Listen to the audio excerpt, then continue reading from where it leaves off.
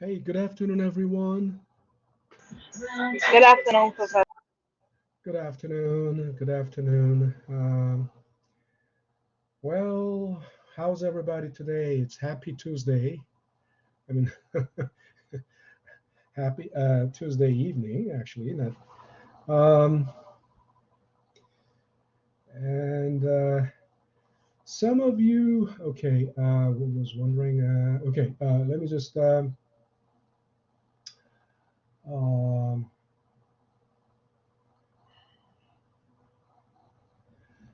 I don't think it is still yet visible, but you will.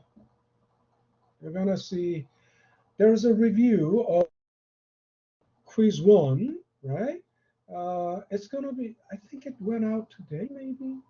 Didn't it go out today? Uh,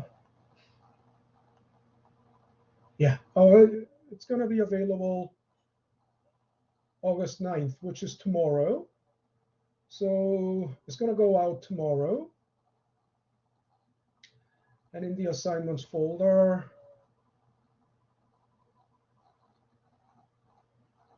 you will see there is quiz one review part one and part two, and they're going to become available tomorrow, August 9th. Why 6 p.m.? I'm going to make it available uh, from 0 hour, right? I'm going to make it available from 0 hour tomorrow. Okay, so but they are going to be only. I'm going to make it. Let's say let's do it available midnight. Okay, for the rest of the summer too. Okay, so uh, please check it out. It's going to be. So that means once the review is on, nobody can. Everybody who are regular members. I mean, participating members of this class have already submitted quiz one. But there are some people who are on the roster, but consistently, not been, attending, consistently missing classes for a very long time. And for those people, they don't have any makeup opportunity. They won't have any makeup opportunity because look, this is going to be open to public, right? And if they watch this, then they cannot take this, right? They have completely foregone their opportunity. So maybe I'm not going to make it available for the entire. Uh, I'll make it just available for 1 week. So August 9th through 15th.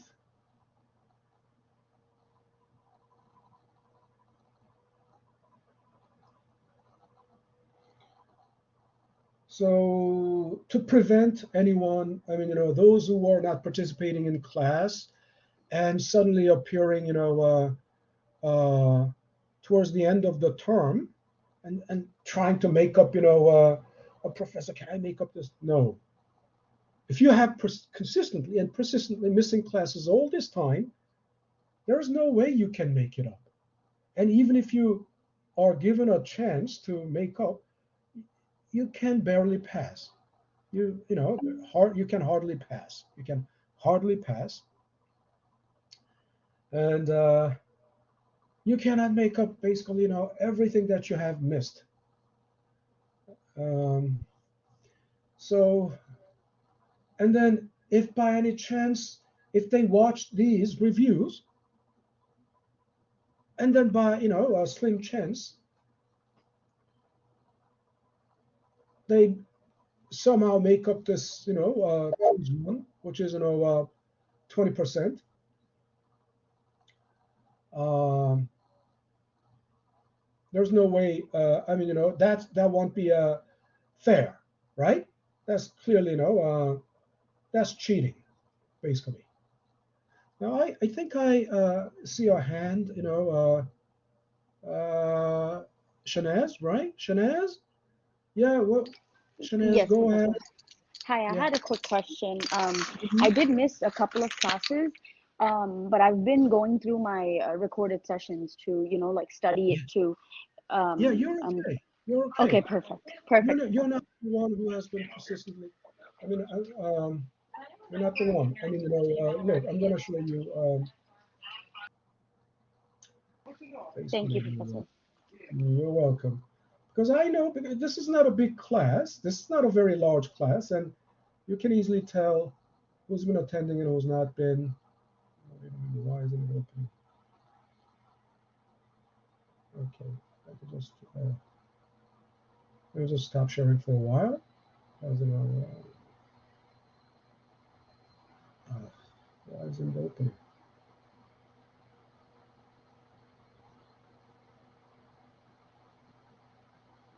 Okay.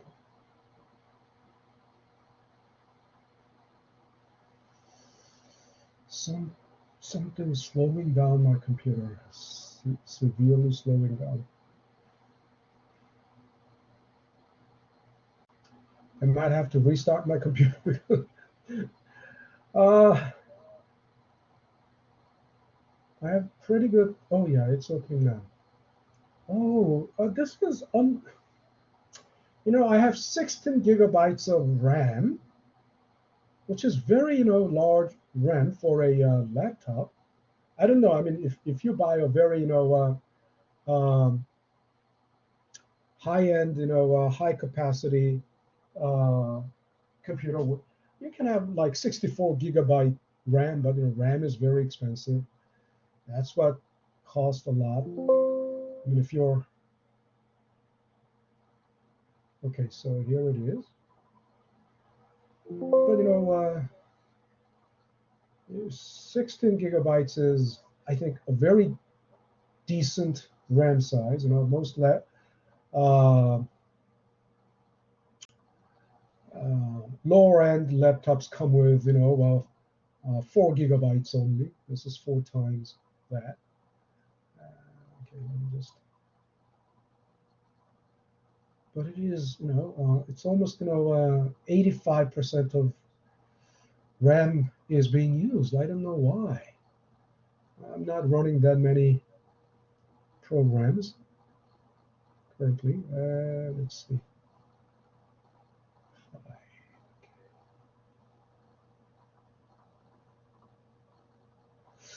Okay, so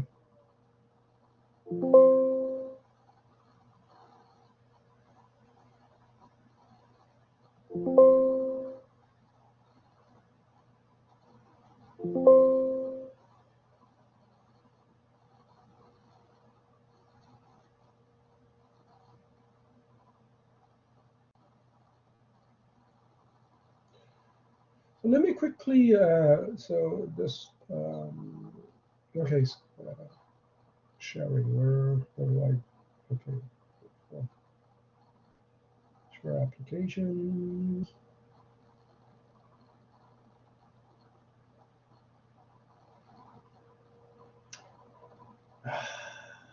Give me a break.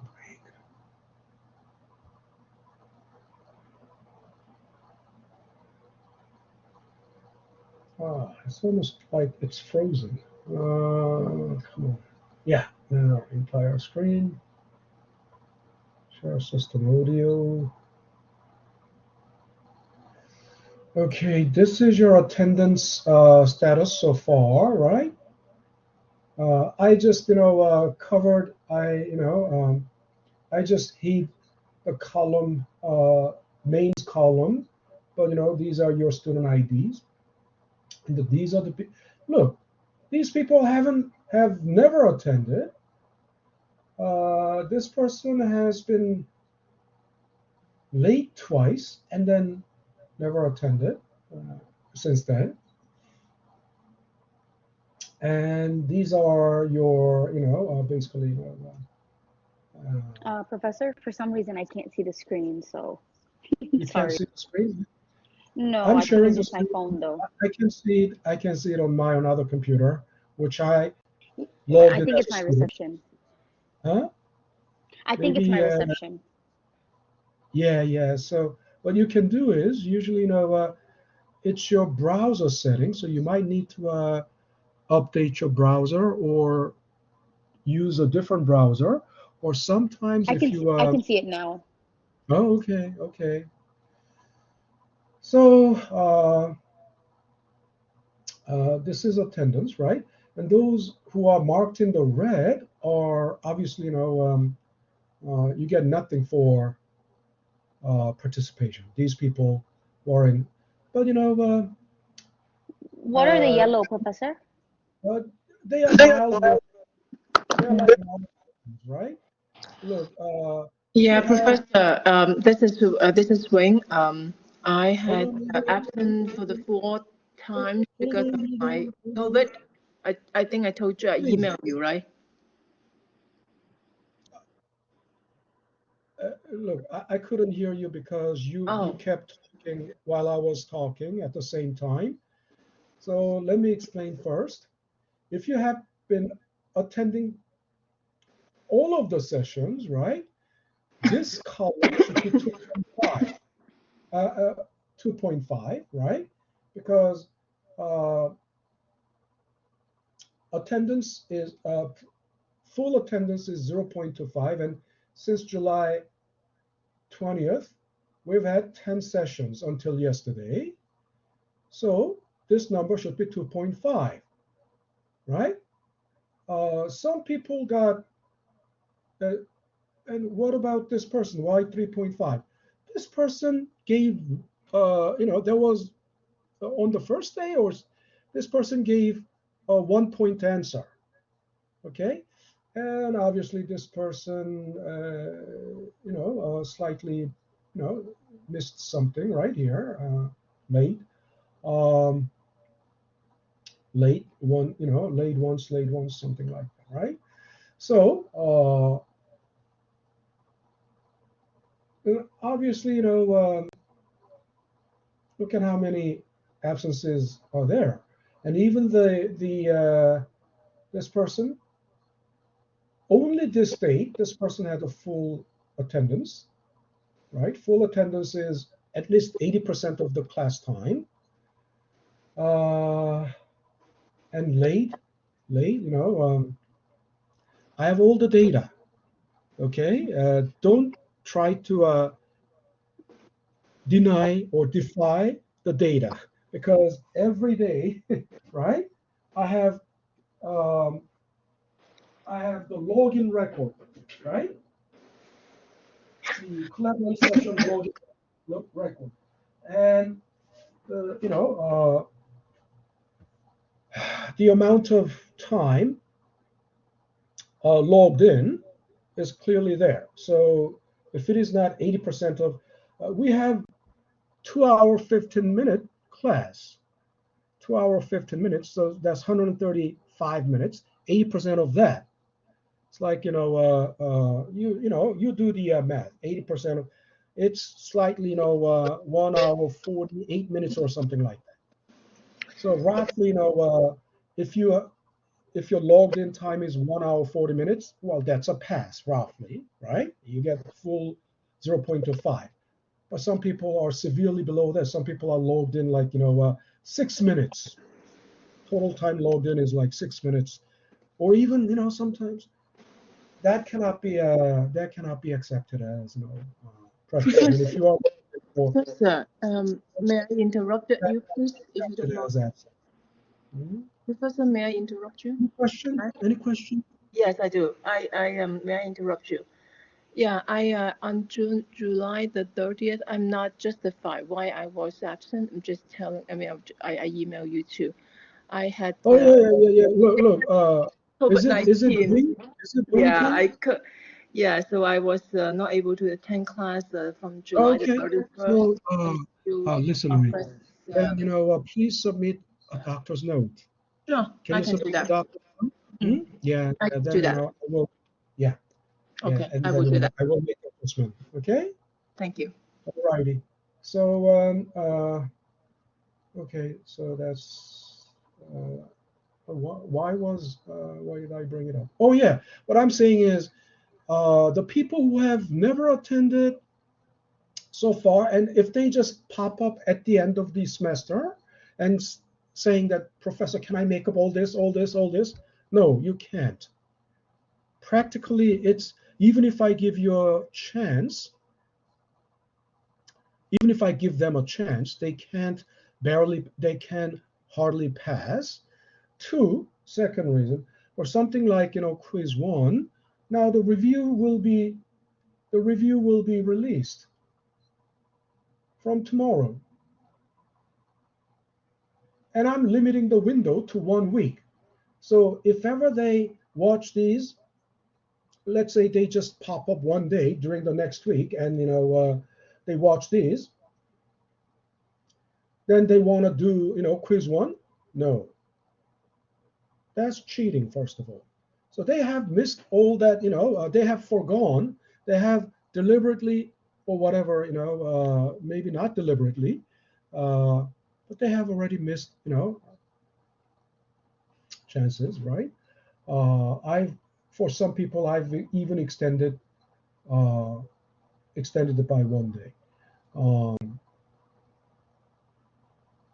So this cannot, once this is released, then makeup opportunity for quiz one is gone forever, right?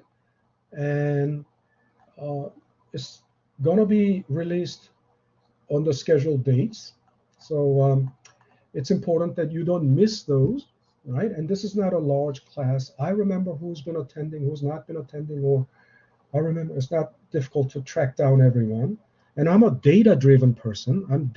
Everything data doesn't tell a lie, because unless they fake artificial intelligence fakes the data, right? But I don't think Blackboard. Uh, there's no reason for the host company hosting Blackboard hosting company would have any stake in faking any data. So anyway, we're gonna then picking it up from we are into already topic 4, bond valuation. So we got started on bond valuation yesterday, and we stopped somewhere around why Treasury uses 30-second system, right? So we stopped somewhere here. So let's continue. We'll pick it up from here. Let's take a listen. This way, because it was for the same reason as this, but the logic behind it is pretty much the same thing. So let me switch back to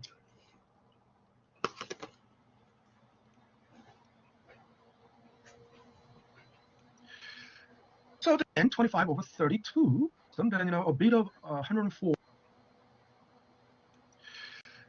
So they using 30-second system, then a bit of 104 colon 25 means 104 and 25 over 32%, right? So I would to convert it into dollar price, what I will do is I'm going to multiply it by 1,000 and 1.04, right?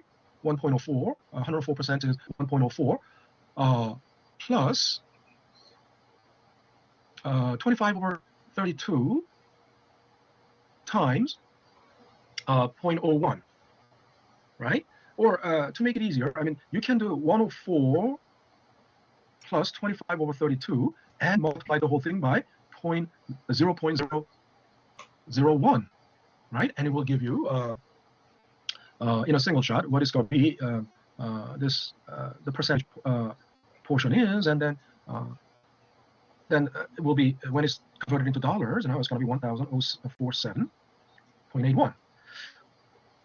And just the same, by the same analogy, you can also calculate the ask price. It comes to 1,048. So actually the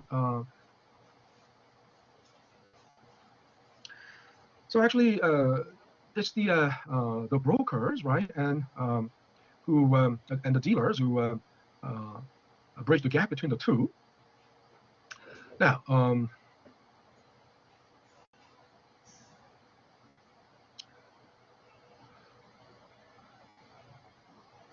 Then the next column is yield. Look at the yield. I mean, there's change for the Treasury, but what is common what is common through all these three types of bonds are yield. Okay. And look at and what is yield? We've been talking about this a lot. Yield is basically annualized return, right? So, and remember, I've been telling you, bond is just like the house value example, right? And in house example, remember there are two types of scenarios. Scenario one, you have only capital gains or capital loss because you're using that house as just your home. But if in scenario two, that's where you use the house as a rental property. And if you use it as a rental property, there are two types of cash flows. One is capital gains or capital loss. The other one is rental income. Now think about it. The bond is like, exactly like the house. Remember, there are zero coupon bonds, right? Zero coupon bonds are the bonds that don't pay any interest, and coupon bonds that pay interest. So think about it. Zero coupon bonds, the only way zero coupons can sell is by selling at deep discount, right? $1,000 face value, but when it sells, it will have to sell for about like $500, $600, $700 at discount because it pays no interest. Then the only way it will give you some return is by selling at discount, right? So that's just like scenario one in the house value, because you buy the house for $50,000 and the over 10 years house value goes up to 100,000. Then the only source of cash flow for you is that capital gains or appreciation in the house value, right? And if you annualize, in that example, the holding period return is 100%, but if you annualize it, right, that's the yield. And in scenario two, you have capital gains, but you plus you have also rental incomes for the holding period. And if you annualize it, right, that is the yield. So bond, in case of bond, coupon bonds are like scenario two, right? So I've been telling you that there's such a analogy, right? A parallel analogy between the two. So it shouldn't be difficult to understand what these yields mean. These yields are basically annualized returns. And look at the yield of Treasury. It's not even 1%. It's like 0.9%. But as opposed to that, at best, if you round it, 0.9%. And the corporate bond has the yield of 8.838%, almost tenfold difference, tenfold. Of course, there are other different factors. First of all, how many years are left on this bond? If you remember, right, I said, this example was taken in around June of 2010. There's about 3 years left on this, Treasury, and for this corporate bond, there's about 10 years left. I mean, the longer maturity, right, longer time left to maturity will translate to more chances of cash flows, right? In other words, the coupon payments, right? You have only like 6 coupon payments left in this case. You have like 20 coupon payments left in this case. The coupon is much better, much more handsome coupon here, right? More than twice this, right? But again, the tenfold difference is not. Tenfold difference is quite obvious, and difference in coupon rate is not the only factor. There's also the factor of what is the selling price now. The selling price of this Treasury was like $1,040 something, whereas the selling price of this corporate bond is $917.35. So then, what do you see here? Between now and the maturity, this corporate bond will have capital gains, but whereas this Treasury will have capital loss. Not capital gains. Why? It is you have to pay currently 1,400 something today. 3 years later, when it is maturity, you will redeem only $1,000. So there will be capital loss. On the other hand, until then, you receive $2,750 annually for 3 years for the remaining. So it may not be exactly 3 years left, because it's February, right? And when the time this example was based was June of 2010. So you don't even have 3 years left. You had about 2 years and a half left. So all that, those factors make this difference, right? So you can tell in this case, also CIT Group is paying like this 7% coupon rate. And think about it. You understand Treasury is the safest asset in the world. And so that's why Treasury is called also the risk-free. Treasury return on the Treasury is called risk-free return. So if the risk-free guy, right, the safest guy in the bond market or the lending market, the safest borrower is paying you 2.75% a year. nobody is safer than the Treasury. So the next safest guy, the next safest borrower will be AAA bonds. And the AAA bonds, one, need to pay much higher than this. It will pay slightly higher than this, but not much, right? And then AA, there will be AA who will pay slightly more than AAA, and there will be single A borrowers who will pay better than AA, and there will be triple B borrowers who will pay better than single A. And I don't know what is the credit rating of CIT Group today. We can just quickly look it up, but if they were paying about 7%, that means clearly this wasn't, at the time, in 2010, CIT Group's credit rating wasn't AAA, or it wasn't even AA. I would say it was probably triple B at the time. But anyway, you understand the reasoning behind this. The lower the credit rating, the higher the default risk, right? So they will have to pay higher premium or higher coupon interest, right, to compensate for that, risk. So there are several factors that that contribute to this yield differential, right? Almost tenfold yield differential. Now, muni bond yield is somewhere in between, right? Yeah. So then, next question is, who would want to? Who would want to invest in Treasury? I mean, if Treasury pays this low return, which is not even 1% a year, what is the merit of the Treasury? What is the? Of course, the merit of the Treasury is that it's very safe, right? Riskless, right? Riskless asset. But then, in terms of its return, it is not very. It's not very rewarding, or it's not very interesting, right? The interest paid on the Treasury is not that interesting. And think about it. And if another thing is, if the annualized return or the yield is not even 1%, and if the economy is growing at a normal rate, right? You understand, if in a growing economy, what is inevitable is what? With the normal growing economy, right? Growing at a normal pace, what is the inevitable companion to growth?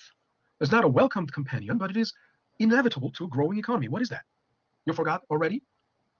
Inflation. Isn't that right? I've been telling, in topic one, the first topic, we talked a lot about the nominal interest rate, real interest rate, and inflation, right? And I told you inflation is not necessarily a bad thing, because inflation is a sign of vibrant economy. If inflation is negative, that means the economy is actually shrinking. If economy, that means deflation, right? Economy is not growing but shrinking. And if the inflation is very weak, it still is not a good thing, because the economy is not thriving, right? So I've been telling you, too much inflation is a bad thing, of course, but a moderate inflation is a sign of vibrant, thriving economy. Now then, think about it. And I told you the Federal Reserve's inflation target is about 2%. And I've been telling you over the last decade, the economy has never seen like 2% inflation. It was always low, less than 2%. So if the economy is growing at a okay, once again, always take it with some grain of salt, right?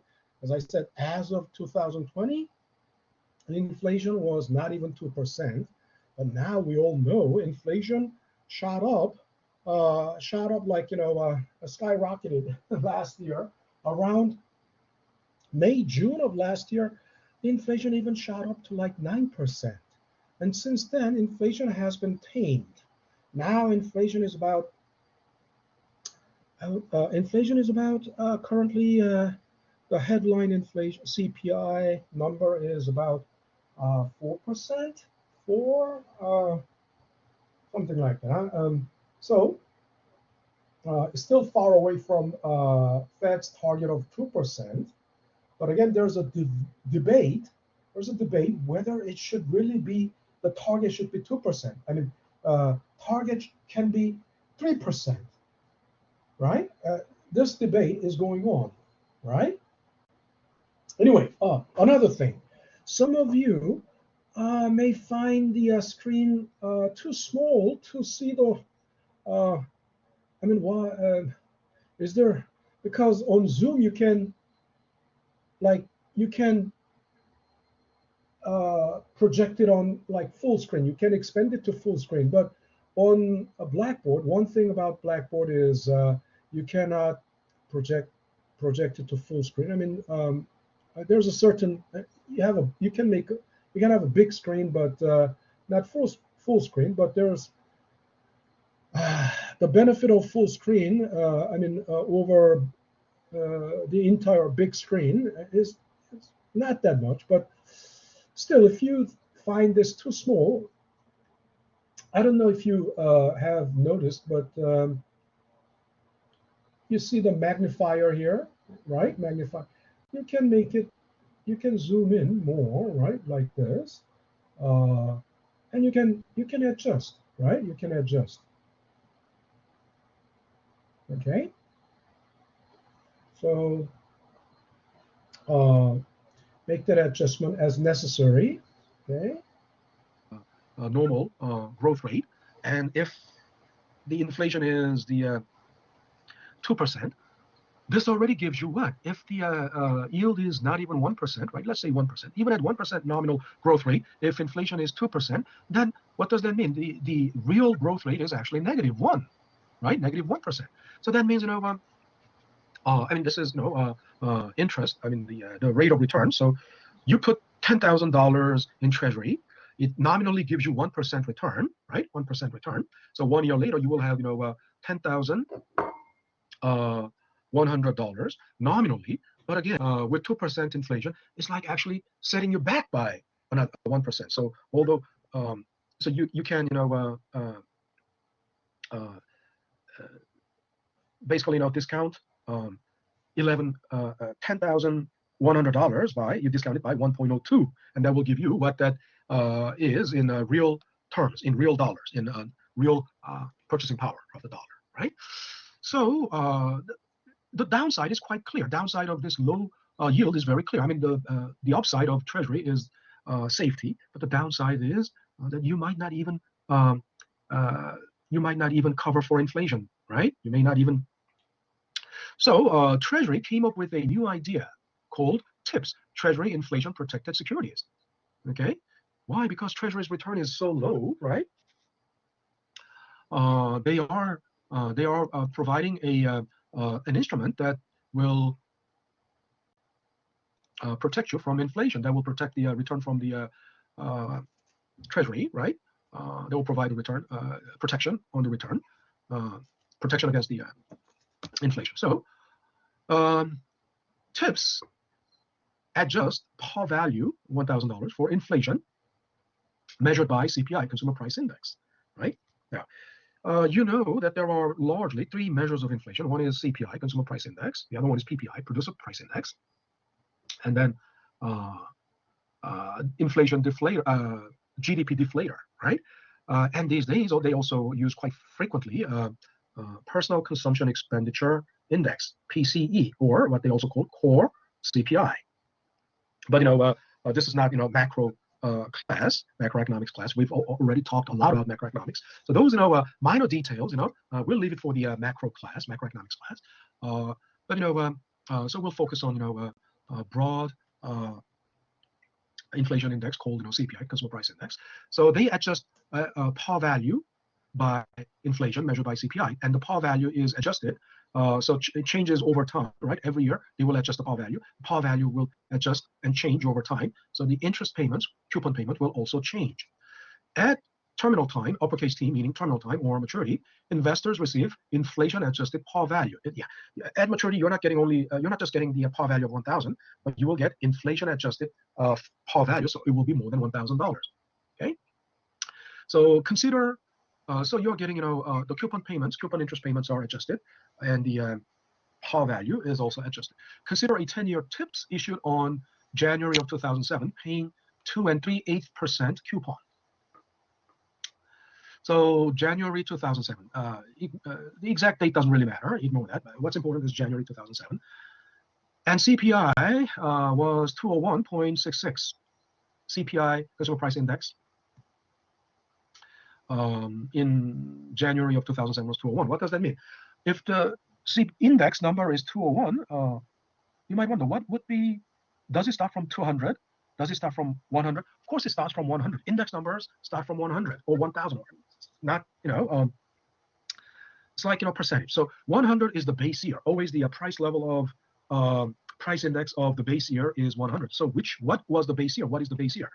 1997. Right? It says TIPS is indexed to inflation in 1997.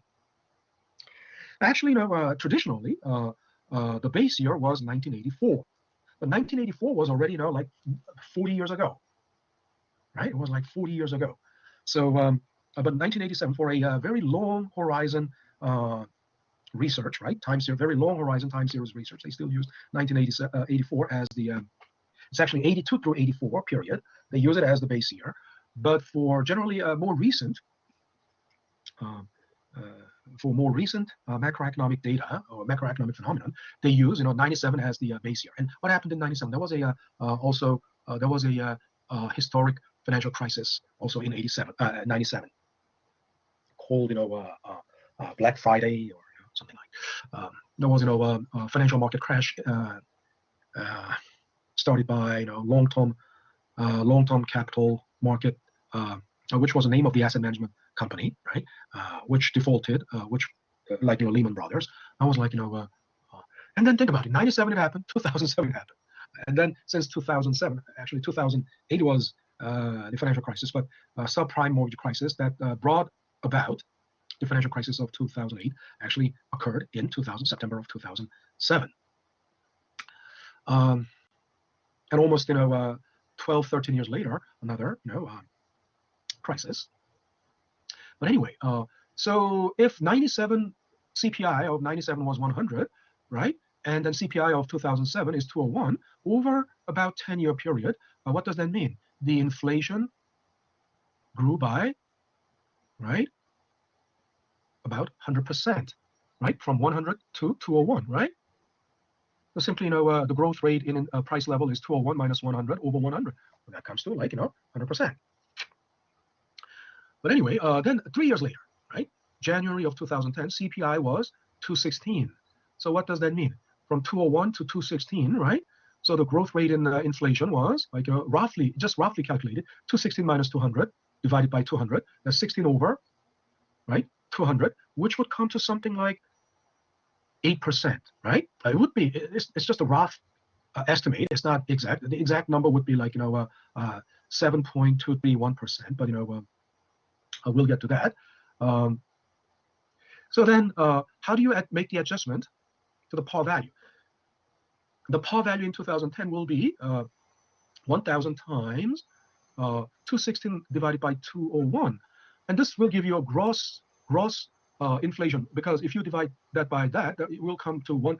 Just use the round number, round number, 216 divided by 200. What do you get? 1.08, right? 1.08 means 1 plus 8%. Makes sense? So if you multiply by the exact number will be, if you divide this by this number, exact number will be 1.07231. So if you so that means the exact inflation between these three over 3 years is 7.231%, right? 1 plus that 7.231% will be 1.07231. Multiply that by 1,000, you get 1,072.31. Right? This is the adjusted par value, adjusted for inflation for 3 years. And then since this is the par value, the coupon interest will be 2 3/8% is actually, if you convert it into a percentage, it's going to be 2.375%. 2.375.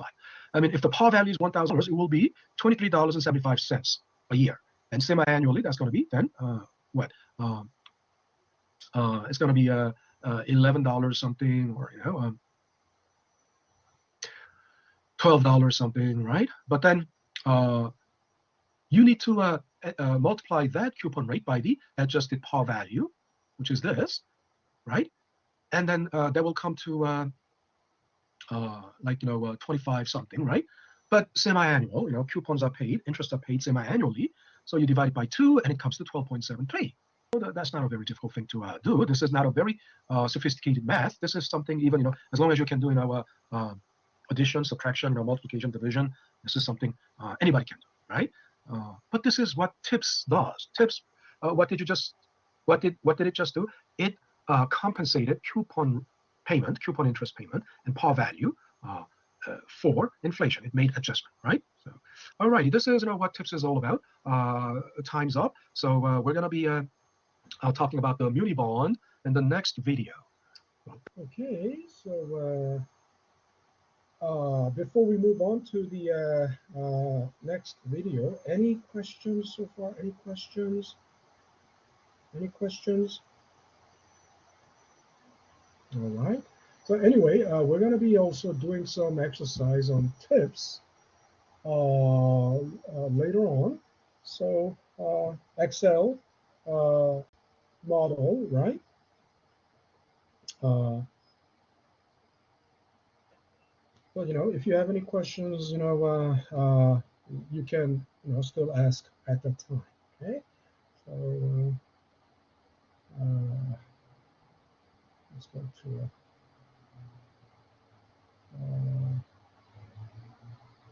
course materials. Back to course materials.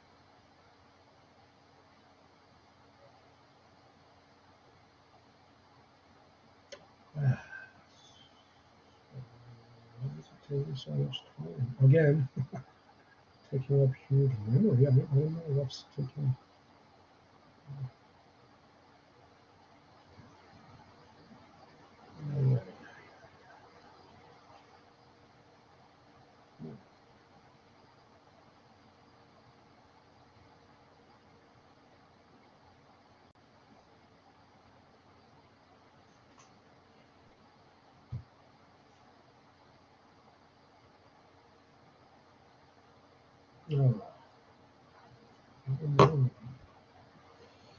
So please bear with me. As you can see,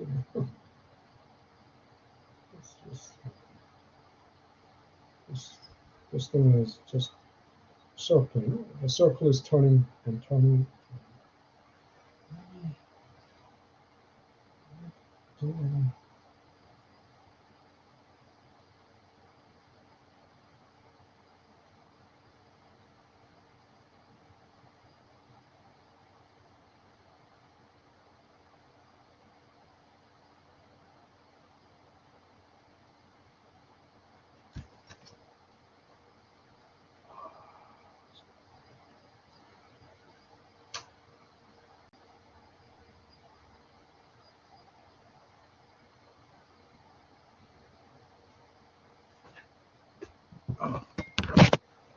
Maybe I'll.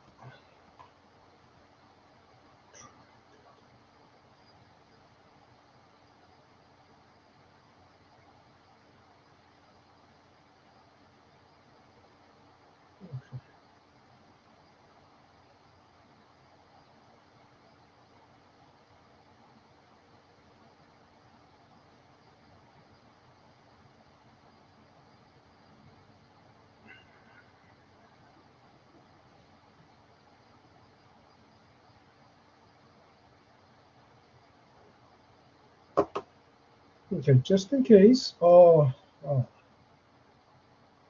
Maybe I'm gonna.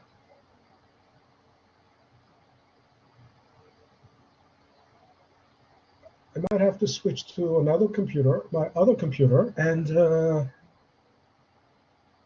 share it from there. This one is taking so much time.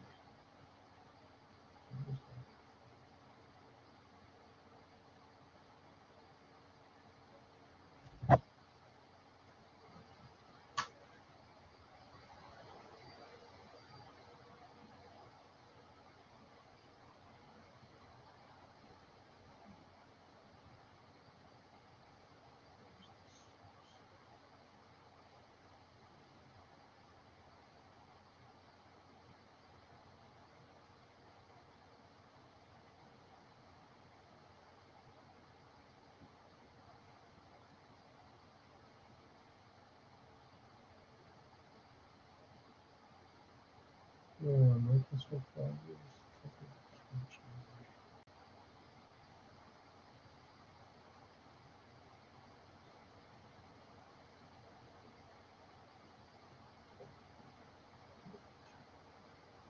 I cannot shut down.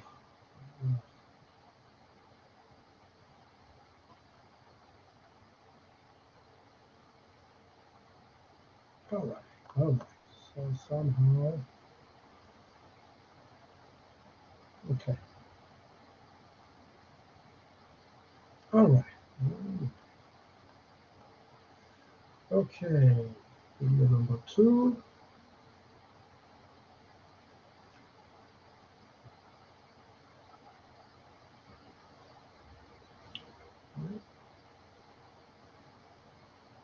Okay, let's take a listen.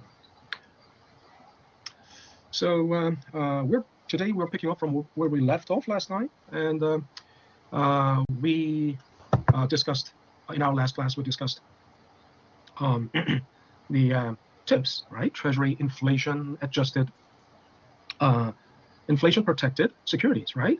So today, then we are discussing the muni bonds, or municipal bonds. So muni bonds are the bonds that are issued by the municipal governments, which are like state governments, local city governments, right? And the muni bonds are sold because these local governments need to raise capital for infrastructure projects, right? Large infrastructure projects, like airports, roads, and water supply system, and well, anyway, we took a look at some features of muni bonds in our previous class, which are basically, first of all, the most characteristic and salient difference of the muni bond from the other bonds is that they have $5,000 face value. Okay, that is the quite salient feature. Quite, other than anything else, $5,000 face value is something you can notice first and foremost. And then second difference is the tax exempt status, tax exemption. That means the interest paid by municipal bonds are exempt from federal income tax, right? Sometimes also state governments taxation, but at least on federal level, right? So that's the biggest advantage of the muni bond, right? And you might also think that well, since it is a state government or local government, they must be pretty safe. It's yes and no. The answer is yes and no. Now you might wonder why. I mean, if federal government treasury, right, the federal treasury securities by the Treasury Department, in other words, federal government, is the safest bond in the world, right? Well, we already, we discussed that at the beginning of the semester, so you should know why. We don't need any further discussion about that. But if federal government's bond is the safest and risk-free, safest in the world, I mean, no other country, but only the U.S. I mean, for other countries, of course, their sovereign debt is called sovereign debt.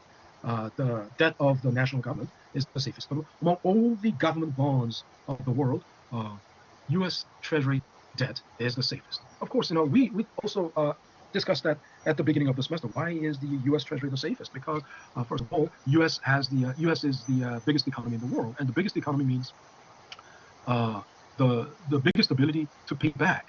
Why? Because remember, Treasury, it's the government's borrowing, and if the government is borrowing, what is backing up their borrowing? Remember, it's the tax revenue, isn't it right? If the government borrows, tax revenue is the source of the funds to pay back, right, for their borrowings, right?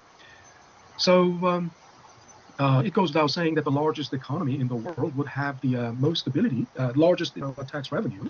The largest tax revenue means the highest ability to pay back, right? So then you might also say, so U.S. states, then it's the state governments of the largest economy in the world. Wouldn't state governments be the bond of the state governments be pretty safe? Well, it depends, because some state governments are very safe, like New York State, because there's a lot of businesses, booming businesses, and financial Wall Street, the financial almost the financial headquarters of the world. Now, so there is always plenty of tax revenue in states, in state like New York or California. The businesses, Illinois, right? So in other words, wherever there is concentration of industry and businesses, right, such a city or state would have no problem, generally no problem with tax revenue. But some states are not necessarily like that. Some states with very little industry, low level of business, commercial businesses. Of course, such states would have small state government as well, because you don't need where the population is low, population density is low, and the businesses are not concentrated. Such a state or such areas would not require too much, a lot of social infrastructure, right? So you can maintain a small government, but large population centers would require a lot of public infrastructure, which requires a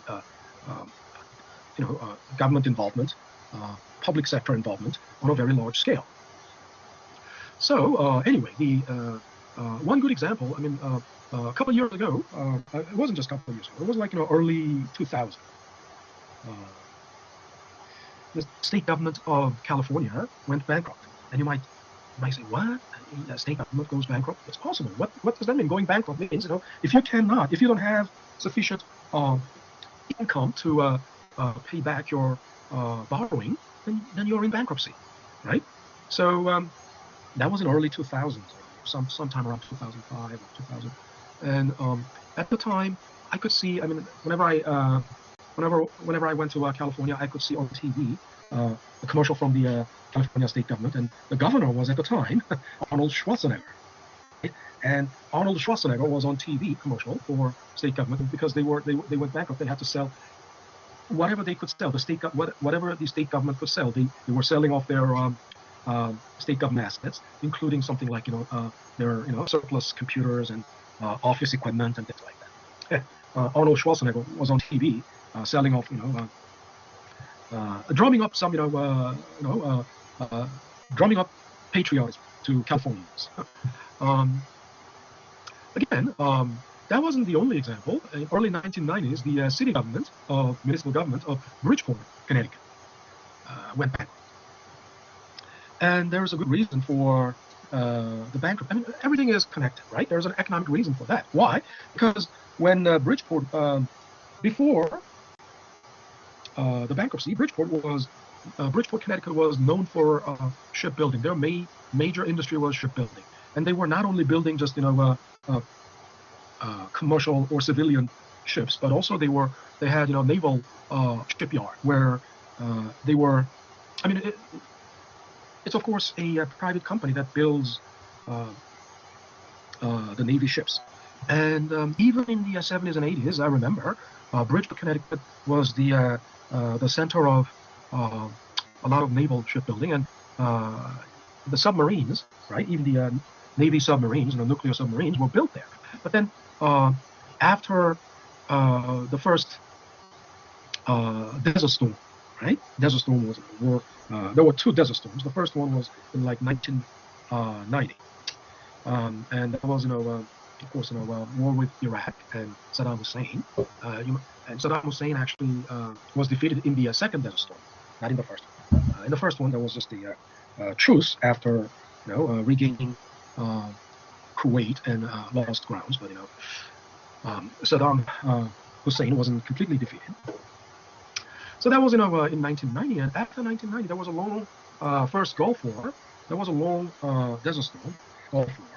There was a long period. The entire decade of 1990s was a decade of peace and prosperity, because there was no major, conflict, world scale conflict, and there was after regaining, the oil producing regions of Gulf areas, including Kuwait, right?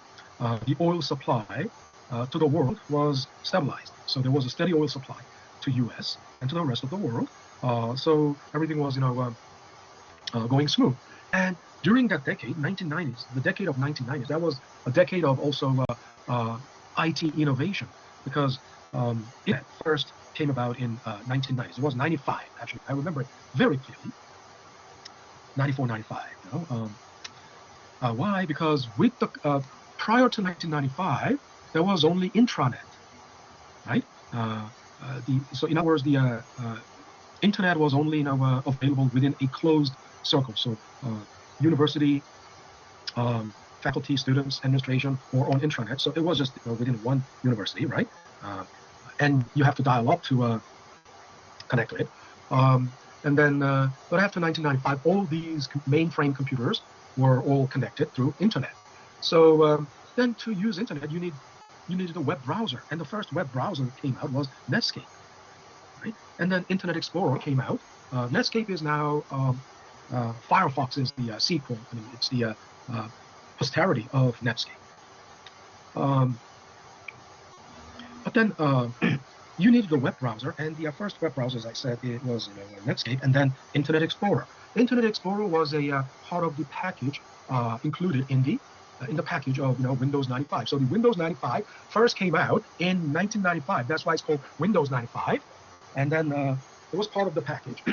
And Windows 95 was the first program that allowed graphic user interface, that used graphic. I mean, before that, it was only Macintosh had graphic user interface. In other words, what you can see today, you just click on the icon, move the icon around. You click the icon, and the program deploys, right? The program gets deployed. All this is a revolutionary thing in the IT, and it didn't come around. It didn't come around until 1995. Okay, prior to that, of course, we used computers, but in those days they were called, 286 machines and 386 machines. And 486 machines were already, in early 1990s,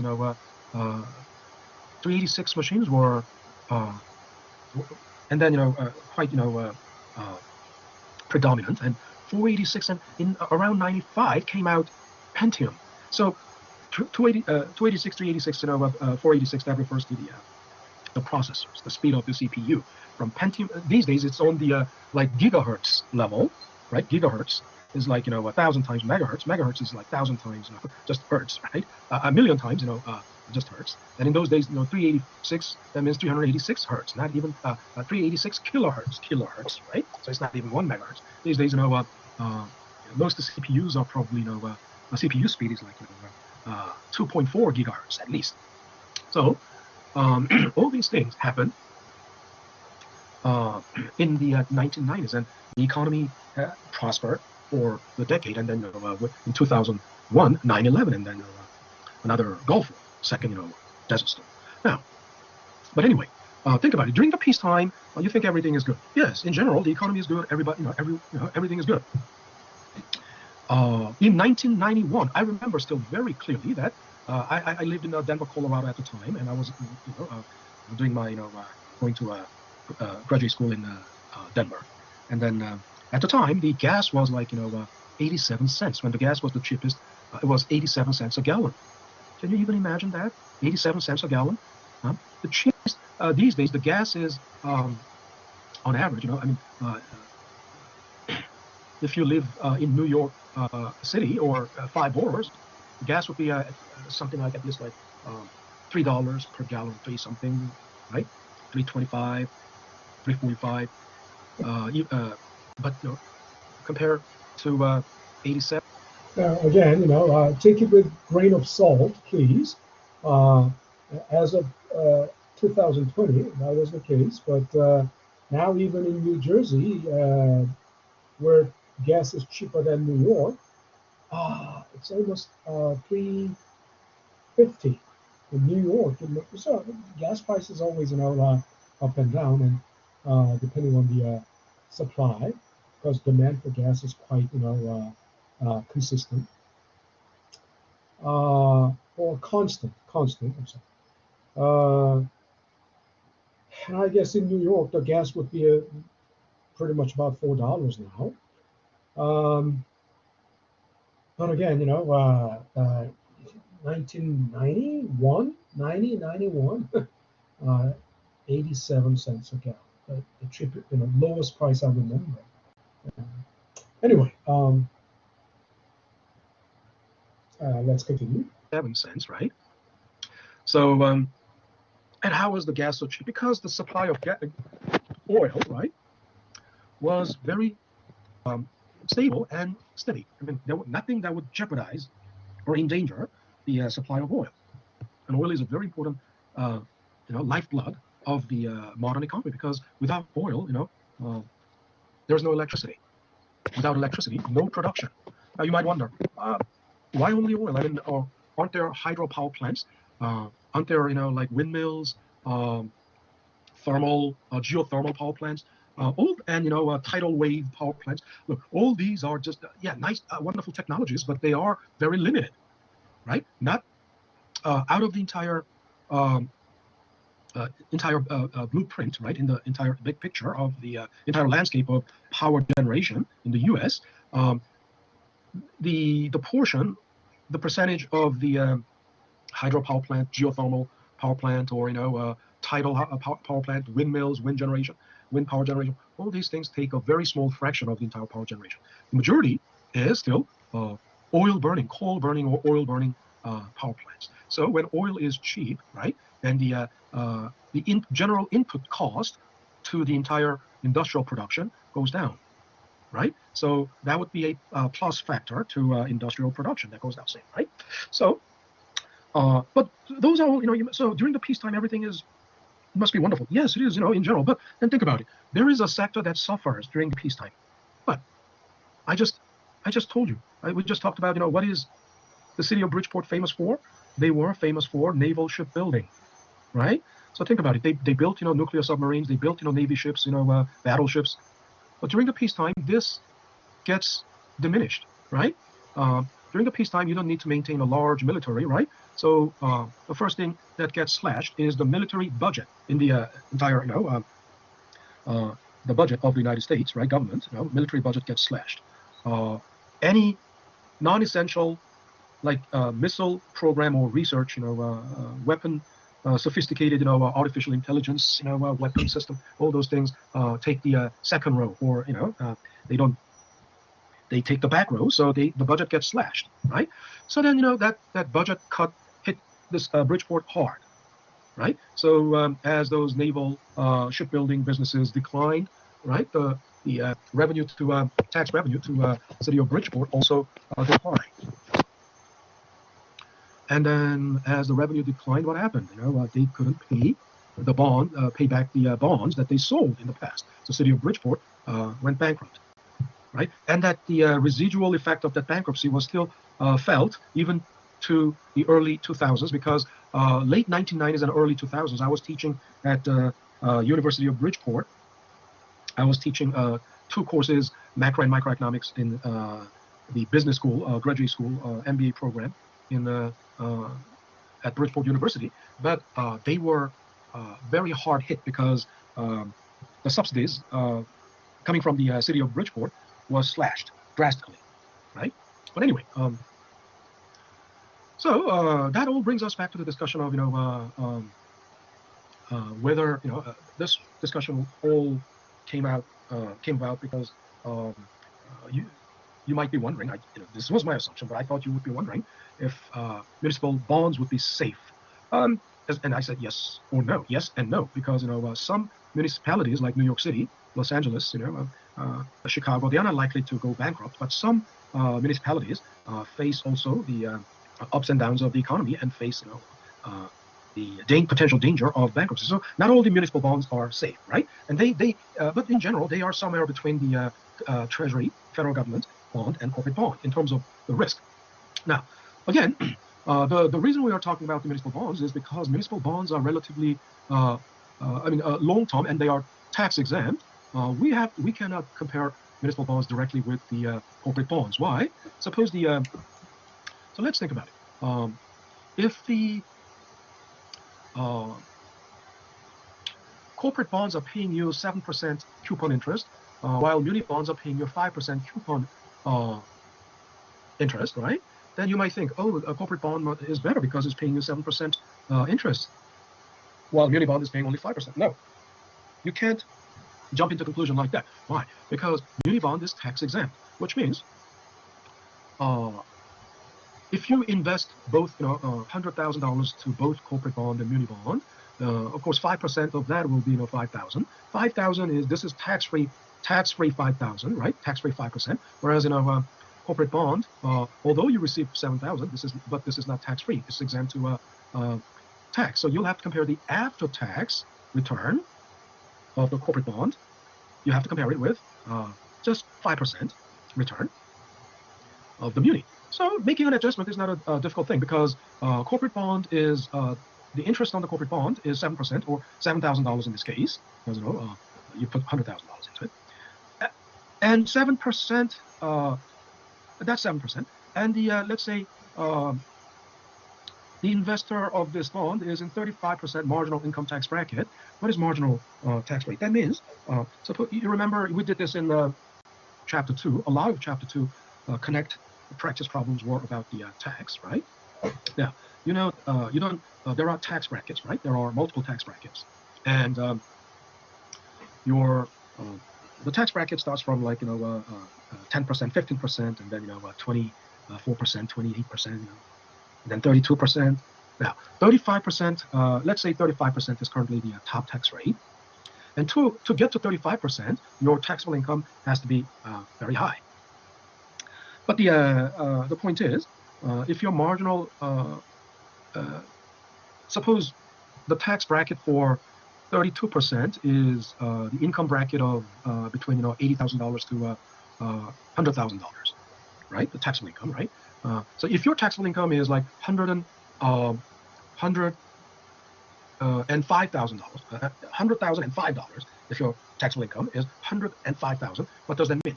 You go through every tax bracket, right? For the first $20,000, you go through 10%, and then between the bracket for the income range between that bracket, like 20,001 through like 40,000, right? For that portion, you pay 15%, and then $4,001 and up to $70,000, 40,001 and up to $70,000. For that portion, for that bracket, you pay 18% or 25%. So you go through all these brackets, and between $80,000 and $101 and $100,000, then you pay, let's say, 32% for that bracket, or for that portion of your income, taxable income, not the gross income, but the taxable income. So if your taxable income is $100,005,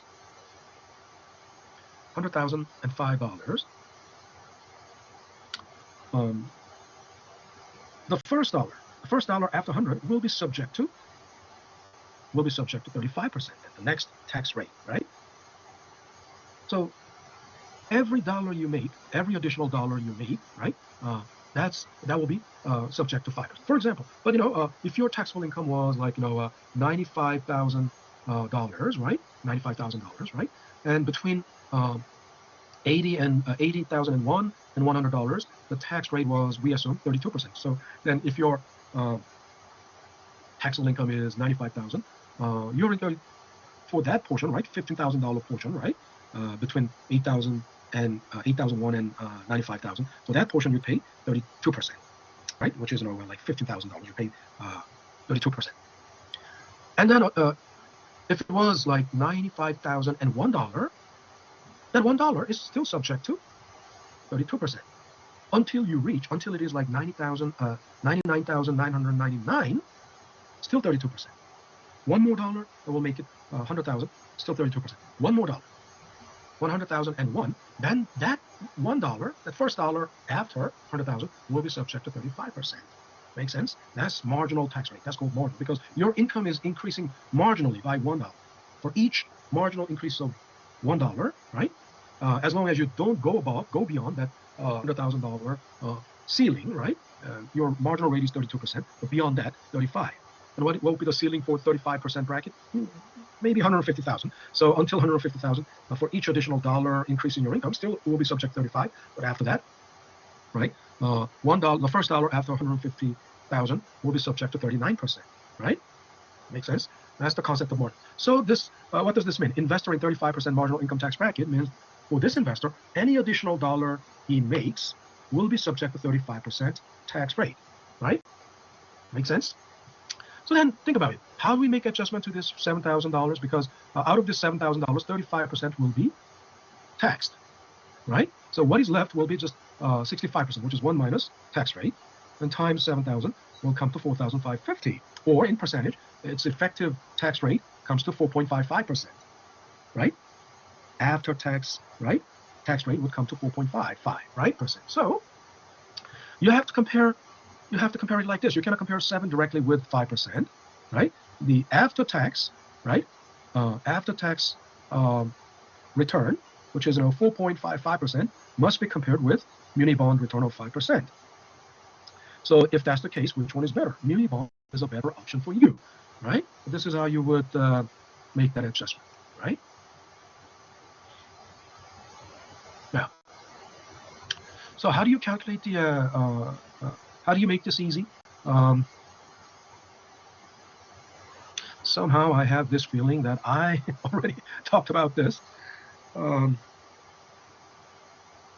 in one of the sections, I believe, because the section that went ahead, other classes we talked about that, I believe. So equivalent tax yield means this is the corporate.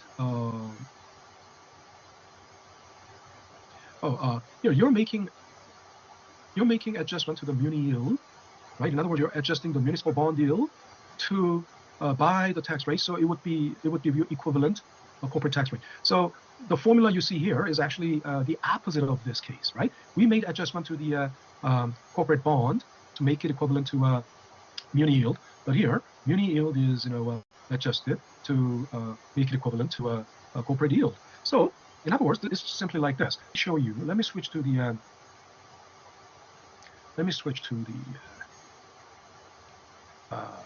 whiteboard, and okay.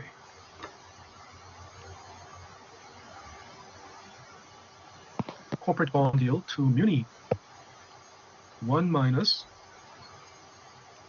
tax rate, corporate tax rate, then it would be equivalent muni yield. Okay, I'm just calling it muni yield because yield is the return, right? And there's a difference between just the coupon interest and return. But since in this example it is only the coupon interest that was introduced in the example, we'll just use a coupon interest rate. So if you're adjusting basically corporate coupon rate by the tax rate, right? And that will be equivalent to a muni rate. But then if you solve this for coupon, right? Corporate coupon rate, right? How would you do that? It's by now it should be clear to you. All equations are basically x times y equals z, and if you're solving for x, then z divided by y, right? 1 minus tau Greek character tau for tax rate, tau c, right? Makes sense? So this is what was used in the example, but this was the formula given.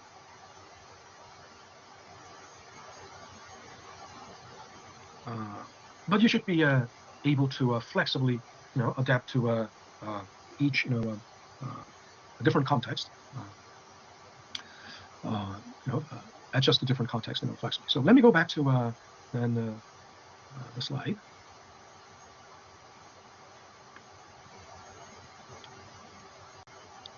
Okay, I guess I think it is the right time to take a break. It's 7:14, and we are pretty much in the middle of the video. So once we come back from the break, pretty much we can wrap up. It won't take that much time. It's about 30 minutes. So let's take a 10-minute break at this point and reconvene at 7:25. Okay? All right, let's take a 10-minute.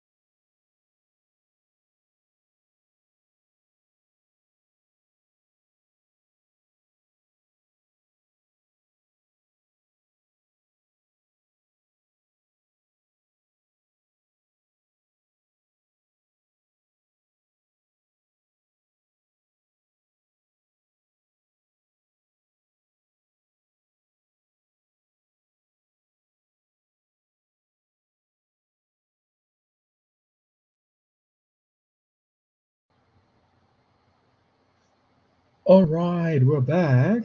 We're back. So let's continue from where we left off. So we talked about that. It's not really the same thing. Now, so we just a quick review of bond terminology. We know bonds term or uppercase T. I use uppercase T or maturity, right? Uppercase T so represents the terminal time. It's the maturity until the time length of time until maturity. And face value of the bond is I've been telling you it's always $1,000, right? Except for municipal bond, and only muni bond has $5,000 face value. Otherwise, it's all 1,000. It's also called face value or par value or maturity value. Okay, you have to recognize them by all these three names. There are 4 names, not just first of all face value, par value, and maturity value, right? Also called redemption value, redemption, right? Because you redeem at maturity the face value or par value of $1,000, right? Now, so if a farm borrows, okay, we'll get back to that. It's not that important at this point. And here, bonds are non-amortized debt. What does that mean? Now, you know what amortization is because we did amortization as the last item in the time value of money. And amortization means, paying down the debt, right? You're bringing the debt to its demise, right? But then in amortization, what do you see? You're paying down the principal, right? Because every monthly payment or installment payment, every installment payment includes both principal and interest, right? So the principal and interest are, gradually going down as you make the payment, right? Monthly payment. But so that's amortization. But if it is non-amortized, what does that mean? Your own the principal doesn't go down, right? Why? Because you're paying only the interest, isn't it right? The bond is basically anybody who buys the bond knows that they will be able to collect interest every 6 months until maturity, and at maturity they will get their principal back, right? And the principal is $1,000 face value times whatever if you bought 1,000 bonds, then your principal will be $1 million, right? That's your maturity value, par value, right? Now, so that's why it's non-amortized debt.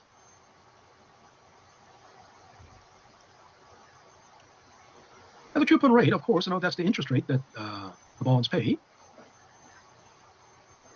And the name coupon is a holdover from the past, okay, when bonds were actually issued.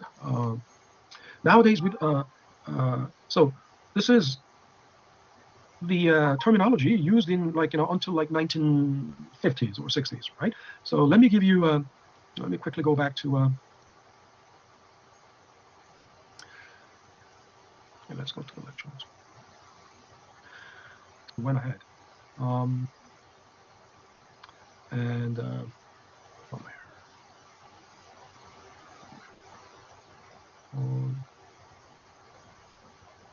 In the old days, right, the bonds came with the coupon. Coupons were like small stub, right, that you can cut out from the bond, right? So it looks like if you may have seen this, at the beginning of the semester, you can see on the billboard, book sale notice, right? And if you're taking this such and such course, I'm selling you this book because I took that course in the last semester. So if you want to buy this book from me, and then call this number, and there's they put the phone number in a vertically and put a lot of them, and they make a slit, right? They cut between the numbers, right? So anybody who's interested can cut out that phone number. So just like that, the old bonds came with the coupon, right, which represents each of which represents semi-annual interest. Okay, so that's just unnecessary. I mean, I wanted to show you the picture of that, but that's at this point I don't think it's really necessary. Now, so let's think about the valuation of zero coupon, because you understand there are 2 types of bonds: coupon bond and zero coupon bond. And coupon bond is the bond that pays interest. Zero coupon is the bond that doesn't pay any interest. And then if they don't pay any interest, then how? I mean, why would anybody buy that bond? Well, the only way zero coupon can sell is by selling at very deep discount. In other words, because there's no interest, they will have to sell for something like below $1,000. Like if it is, suppose it is 30-year bond and it's zero coupon. So what is your return then? Well, there will be only there can be a return only if it is selling below $1,000, right? If you pay, for example, if it is selling at $500, right, and you pay $500 and hold it for 30 years, and 30 years later at maturity, you redeem $1,000. Then what is the return? That's 100% return, right?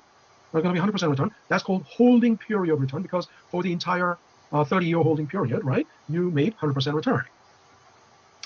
And that's actually the case of a treasury bond, which is called U.S. savings bond. So let's take a look at this example. Bond with par value of 1,000, maturing in 20 years. Of course, par value 1,000, that goes without saying. Maturity 20 years, and price to yield 6%. Now, this is the way it is worded, right? This is the way it is worded. And I've been telling you, it's not worded straightforward. Like, what this means is this is the discount rate. Use this 6% as the discount rate. But they never say that straightforward like that, right? Instead, how it is worded is that the bond is priced to yield 6%, or comparable bonds or similar bonds are paying 6%. Okay, comparable bonds mean the bonds of with similar risk class, bonds of the comparable risk class, right? Bonds of the comparable risk class are paying 6%, right? That's how it is worded. The third way it is worded is the prevailing market rate is 6%. What does prevailing market rate mean? Well, look, previously you had no better explanation of prevailing market rate. Prevailing market rate simply means what is the average going rate, the going rate, average rate in the market. But then average cannot be the average of everything. Why? It becomes meaningless. Why? Look, there are so many bonds. When I say so many, it's not just the number of companies that sell bonds, but also what I'm talking about is different risk class. You understand? I've been telling you over and over. Bonds are classified by their risk as AAA, AA, single A, triple B, double B, single B, triple C, and double C, and so on, right? In other words, those are risk ratings. AAA is, of course, the highest quality, very low risk, right? And the triple B and above are investment risk. And below triple B, double B and so on, double B, single B, they are becoming, they are not investment grade. They are called, only triple B and above are investment grade. And then below triple B are called, junk bonds. Junk bonds are, it sounds bad. The name is very derogatory, but it simply means, a bond with very high risk, right? And high-risk bonds would have to pay high return. So the bonds that highly risky, and then the return they pay must be equivalent to what the stocks pay. I mean, of course, there's no average for stocks return. It has a wide range. Sometimes it could be negative, way negative. Sometimes it could be, even 200, 300%. But the point is,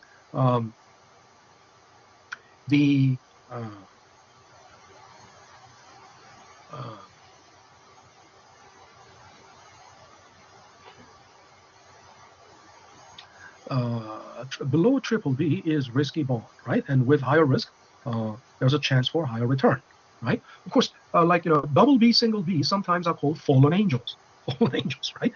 They fell out of grace, fallen angels, because if they were below triple B. I mean, previously they were triple B and above, but then they've fallen from that sky, so they are called fallen angels. That term came up more often these days than before. But anyway.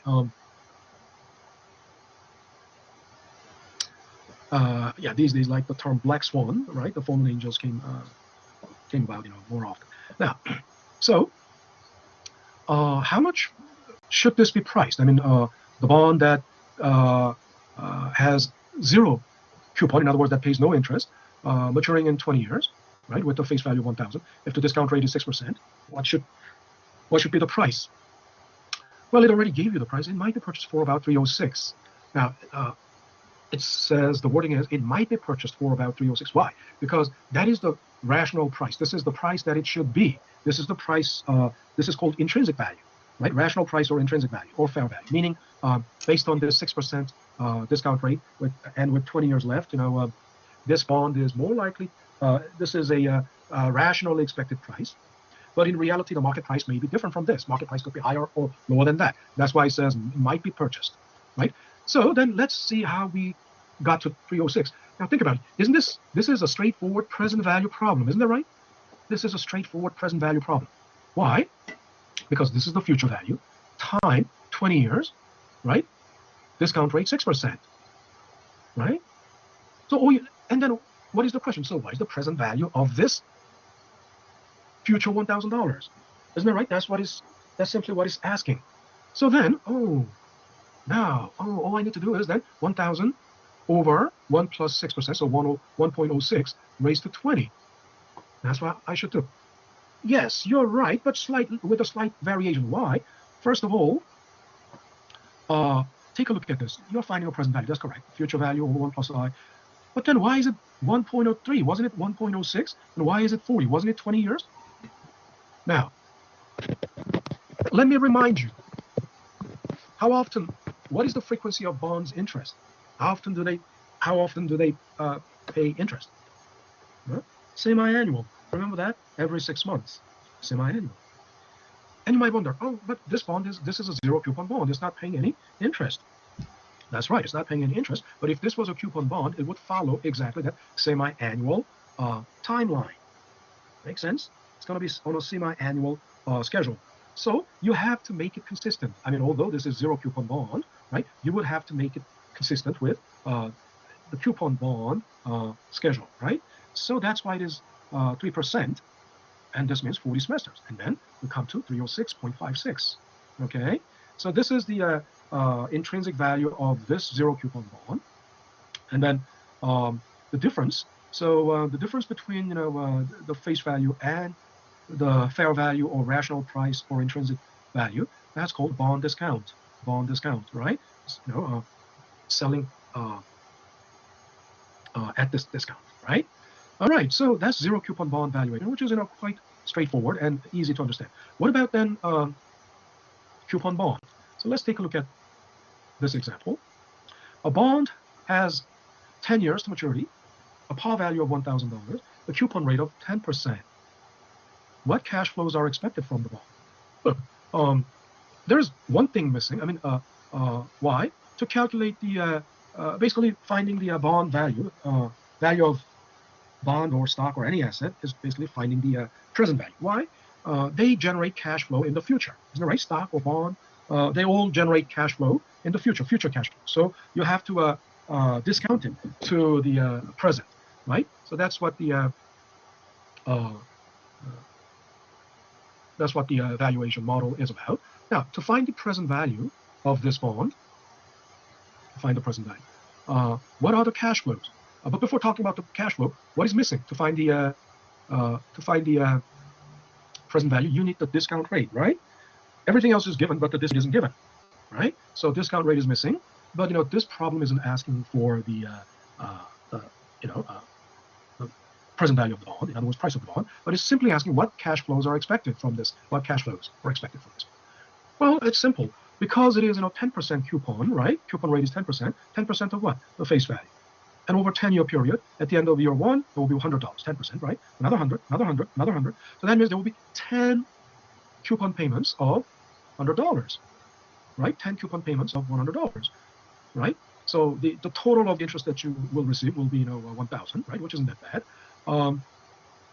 But then at the end, it's not only the interest of 100, you also get the face value or the redemption or par value of 1,000.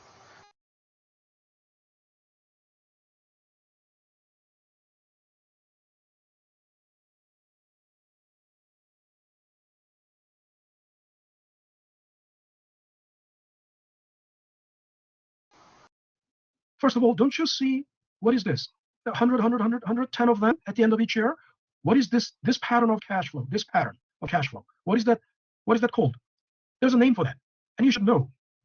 You should know. What is it? It's regular amount, right? Regular amount and regular interval.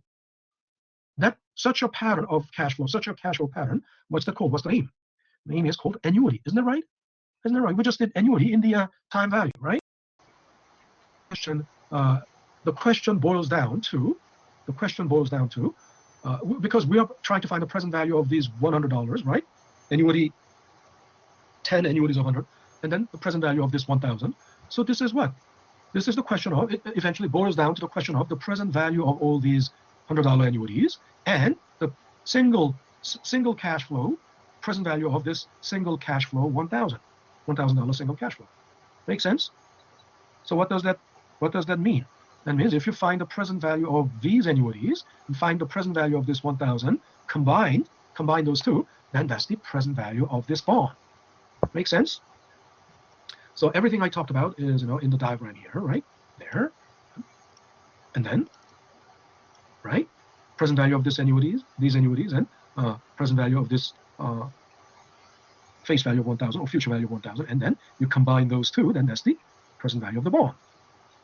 Okay, so now we know how to do that mathematically. Of course, present value of the bond, right, is sum of all these discounted, right, present values of all these coupons plus future value or face value discounted to present. And we know how to we know the formula for the annuity, present value of annuities, coupon over R, the payment over R, and coupon is the payment, right, minus coupon payment over R times 1 plus R raised to T, the terminal time, right.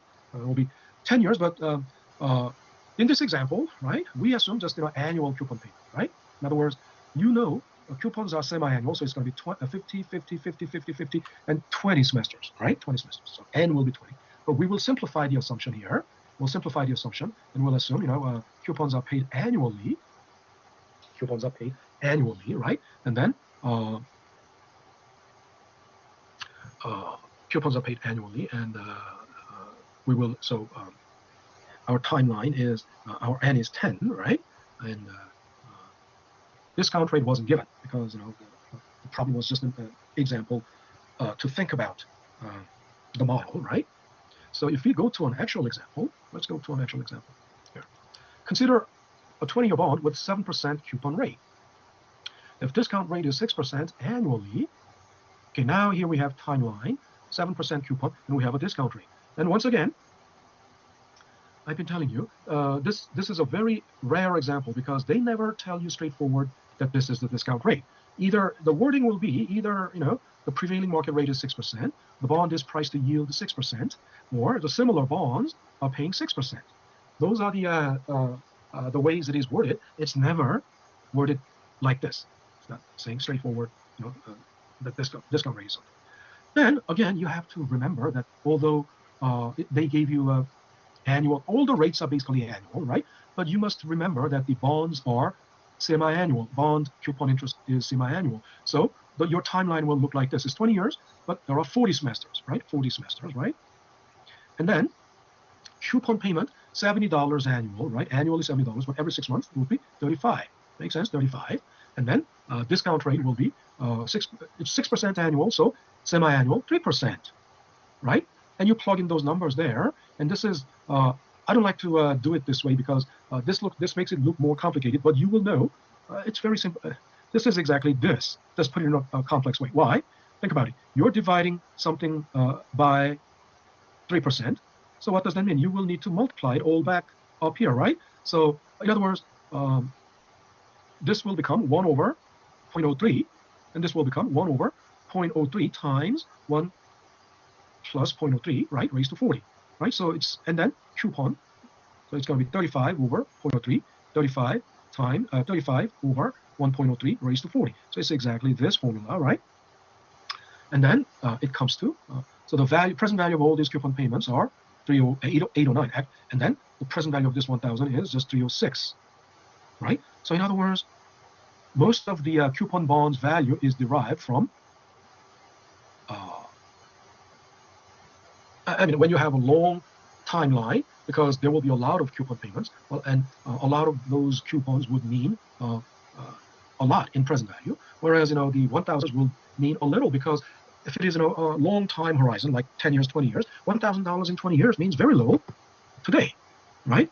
But we come to the conclusion that this bond is its present value is $1,115.57, which is actually, that's called intrinsic value, intrinsic or rational price or fair value, right? as opposed to what? As opposed to the market value, market price, as opposed to market price. Why? I told you market price can be slightly off. Market price is most of the times in the short run slightly off this intrinsic value because it's determined by demand and supply, and demand and supply cannot be exactly always. Demand and supply situation cannot be exactly matching. The demand and price determined by demand and supply may not always match this. Okay. All right. So that's it for today. That's our lecture for today. All right. So we're gonna. System brings up enough videos to start. Never mind.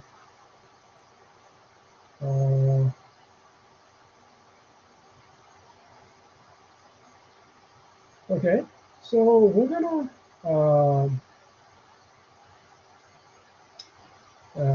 do the exercise, right, of the bond valuation. Of course, we have this file, right? So I want you to download, right? I want you to download this file, right? Excel file.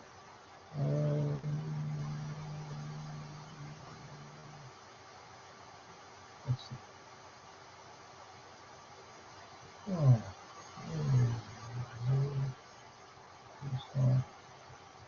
Okay, it's been downloaded. Okay, so open that file. Open.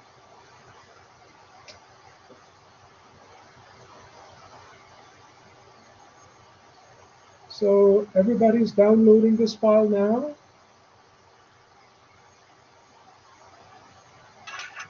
Yes. Okay. I don't know who was responding, but always just one or two people. Okay, two people now. What about the rest of the class? Are you downloading this file? And if you do, it doesn't take, it takes a second. My computer is very slow today, so it takes a lot of time to open it, but downloading per se didn't take that, it took some time too. But on your computer, if your computer is not malfunctioning, you should download, Jiffy.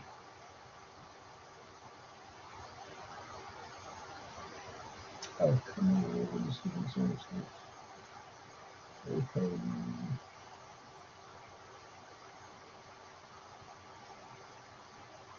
Yeah. Okay. What is going on?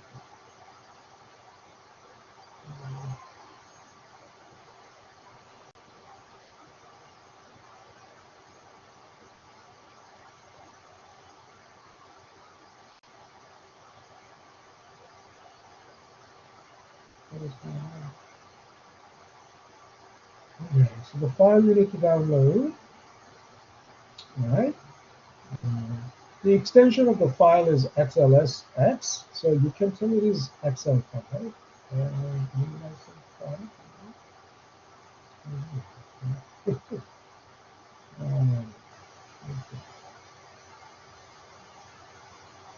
I have a free license.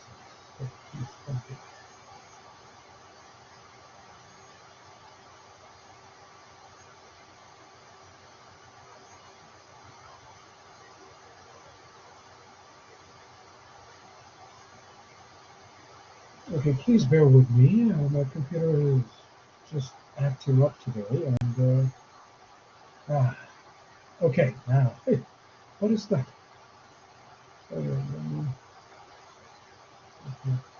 Okay, so it looks like I don't know why all the highlighted cells are filled in. It shouldn't be filled in, but let's. So if you see the highlighted cells filled in, please delete them. Okay, please delete. Okay, please delete. Delete. Delete. Delete.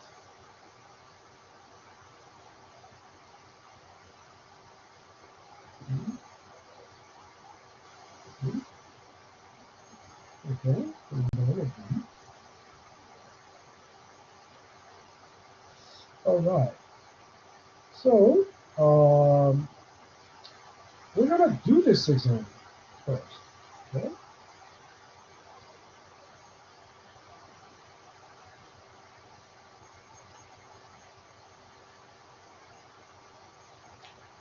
Uh, and you might remember this example from somewhere. Are you sure? Are you where?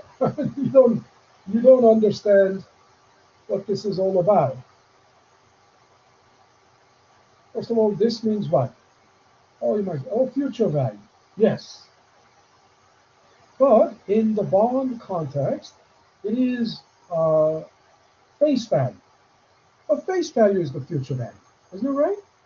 Face value is the future value. Why? Because at maturity is the future, terminal time. Maturity is the terminal time, it's future, right? Your end of your timeline. And at that point, you receive $1,000. All the bonds pay you $1,000 at maturity, right? So the face value, maturity value, redemption value, future value are all the same thing for the bond, right? And what is this C, lowercase c? This is a coupon interest rate. Coupon interest rate, 7%. Coupon interest rate. Sometimes I write it as, okay, sometimes uh, sometimes I, uh, I do it like this. Coupon interest rate. Of course, I will normally turn this into a lowercase, but ignore it for now. We'll just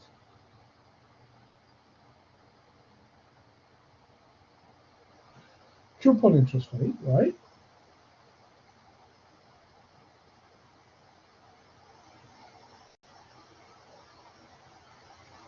Okay, let me just make it.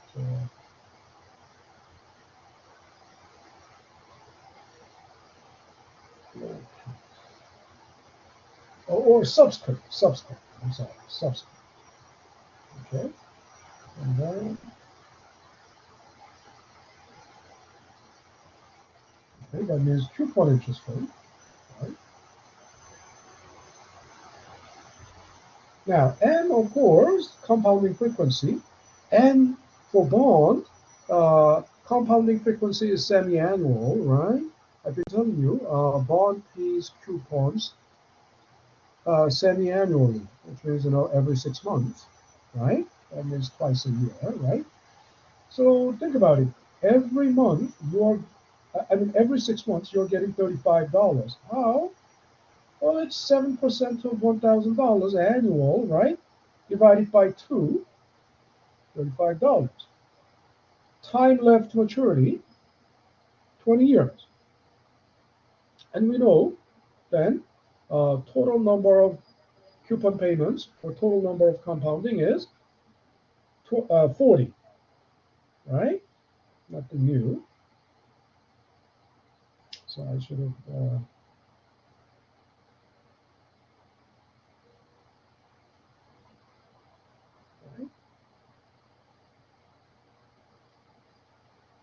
I should have made you find this. And also periodic rate, if the APR, annual percentage rate, here, that's the discount rate, right? On average, annual percentage rate in the market, prevailing rate in the market is 6%, right?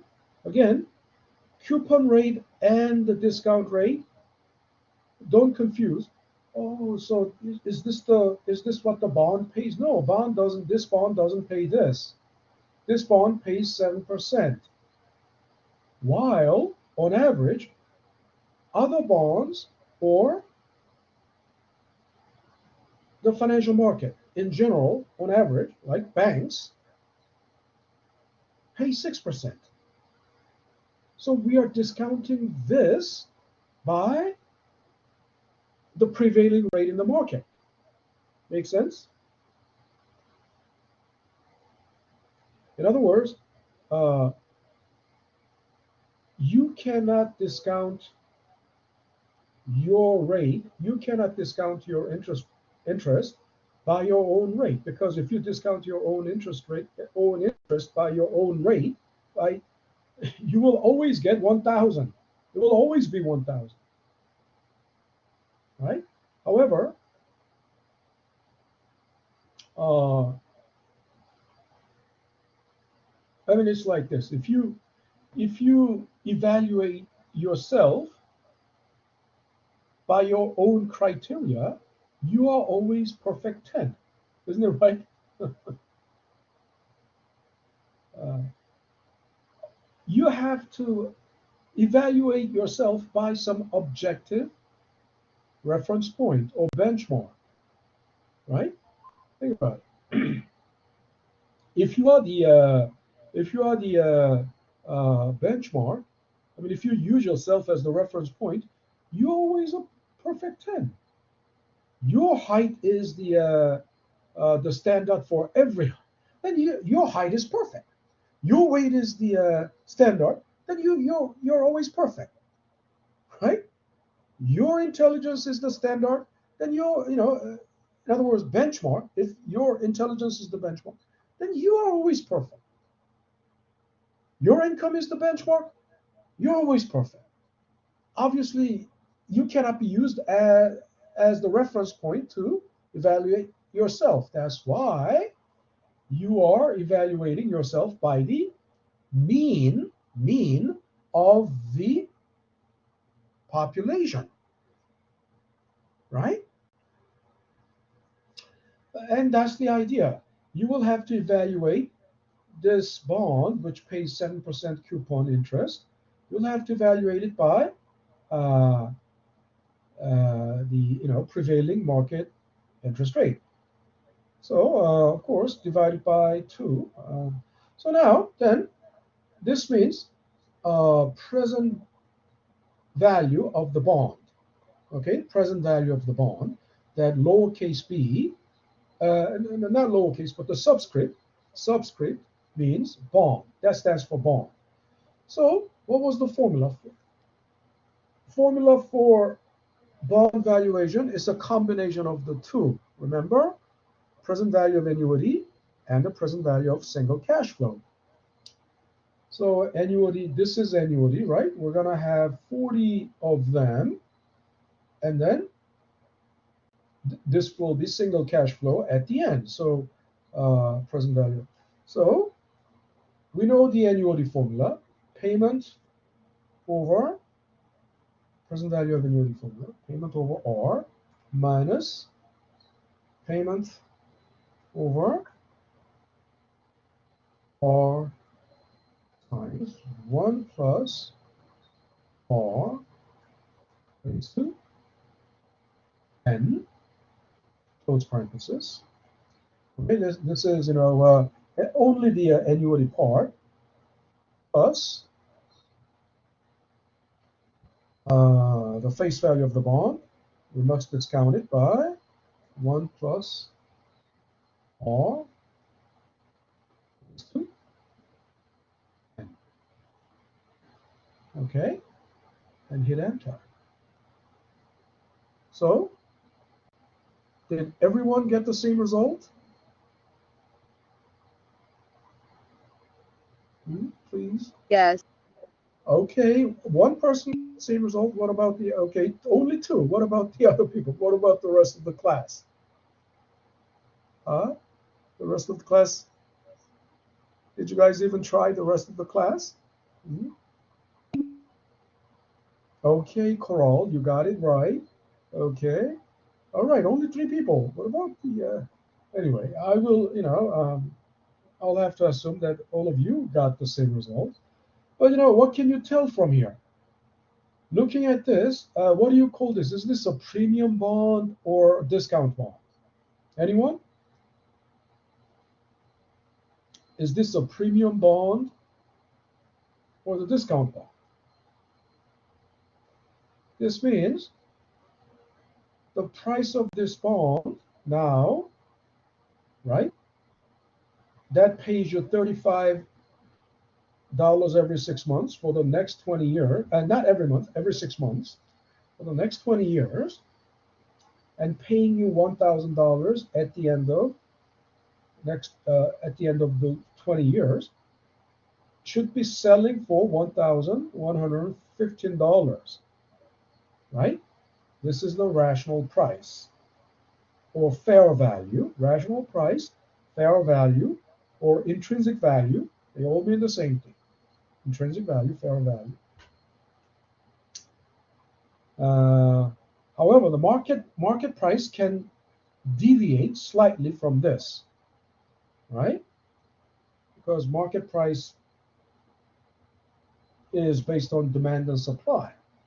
If there's more demand, it could be above this. If there is less demand, it could be below this. But anyway, what do you call this? Is this a premium bond or a discount bond? Anyone? 1 point question. Is this a premium bond or discount? A premium bond. Premium bond. Okay. Who was this? Wing King? Yes. Okay, Wing King, you got 1 point. Thank you. Okay, let me write it down. Okay. Yes, it's a premium bond. Wing King got 1 point. Professor, I do have a question, if you don't Yeah, mind. I am looking yeah. at the Go Excel ahead. sheet that we downloaded, and when I click on the formula Mhm.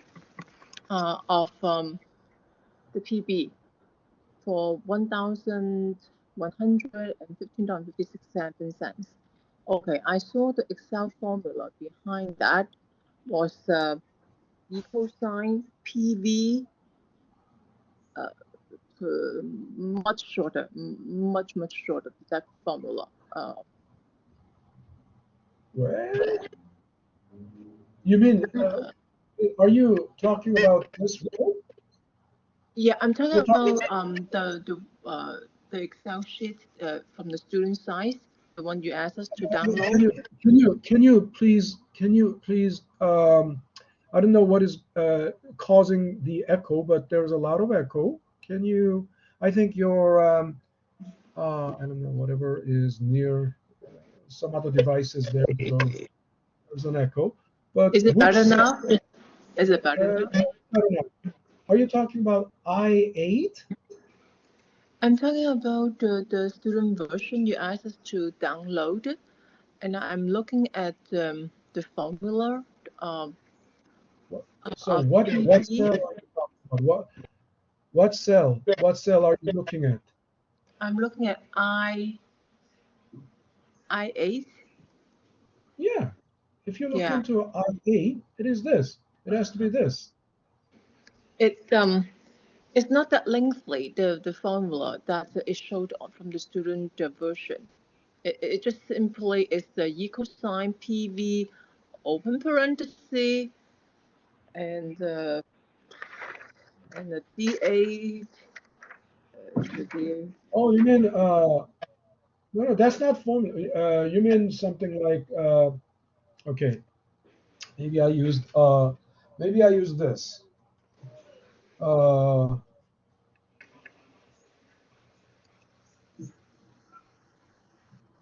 Yes, you use that one, the PV. but no. Ignore that. Ignore Ignore that. that because I've been telling you I can use this, but uh, don't refrain from using refrain from Excel's built-in function because you won't be thinking if you rely on that, you won't be thinking, you will be just punching in the data into the black box, right? And if something goes wrong with the black box, you can't fix it. How can you call that a formula? That's not a, this is the formula, right? Formula is algebra. This is just if you use this is just punching. you're punching into a black box. You're turning yourself into a data puncher. And even that, you should be you should know what variable to enter. First of all, rate. If Yeah. you don't Yes, I'm still here. understand Can you go through that formula with us again, please? what? Equals. Can you go through that formula with us? Equal sign dA, Q over HA, take away dA. I'm totally lost when I don't understand the logic behind that. Hold on. Yeah. Hold on. First of all, if you are using Excel's built-in formula, rate, what do you enter? You might enter this. If you don't understand the formula, you might enter this, which is totally wrong, right? So don't use that. And look, what is this? That's the student. What is that? I don't understand. How come you don't understand? You should be. I just saw a bunch of DAHA minus D81. I don't know. Can you tell us the logic behind all that?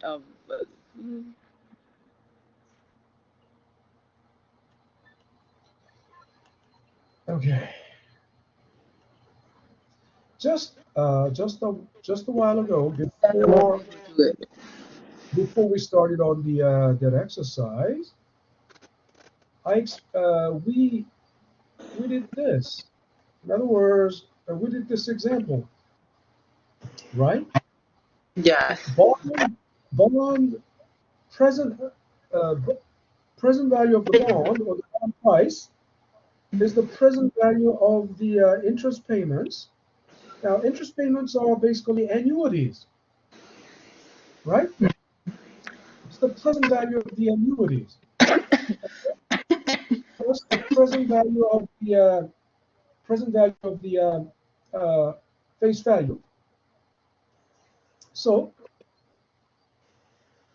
I explained clearly that bond valuation formula is the combination of two formulas, combination of present value of annuity and the present value of single cash flow,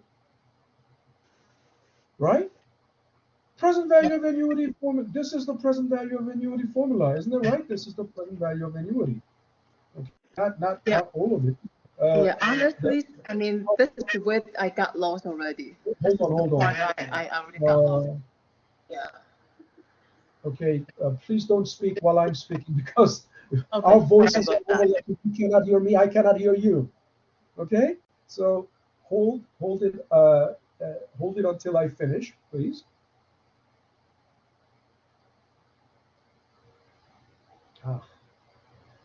So look,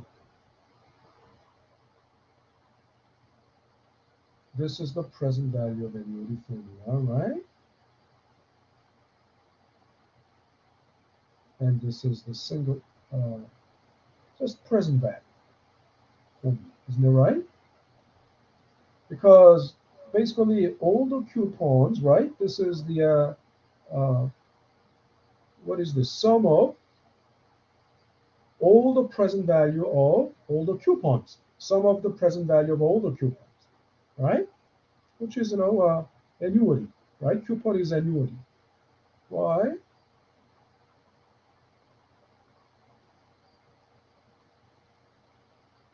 Because if you're receiving 100, 100, 100, these are the coupon payments or the interest, right?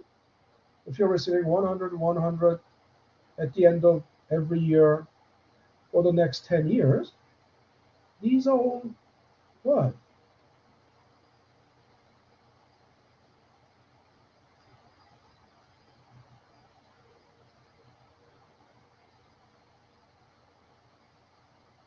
These $100 are all annuities, right?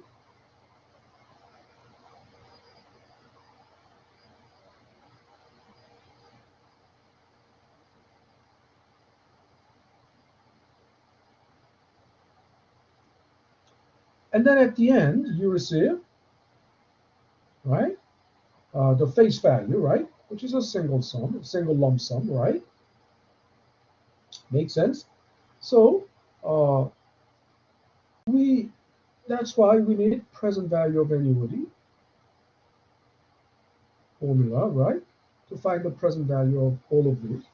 And this is, you just need to discount this 1,000, right? Uh, this 1,000.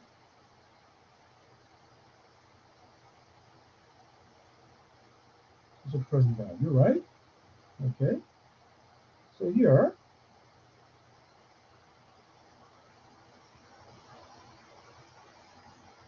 I can't. Okay, I can't draw. I can't use draw while it's in the formula view.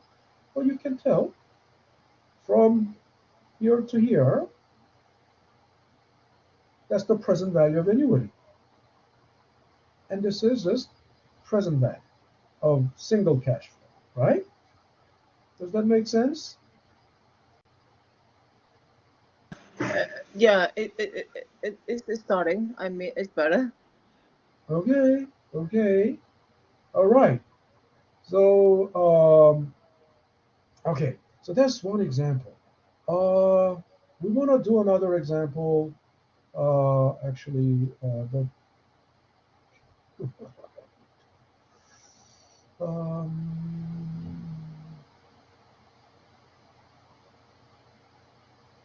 I want to do actually, uh,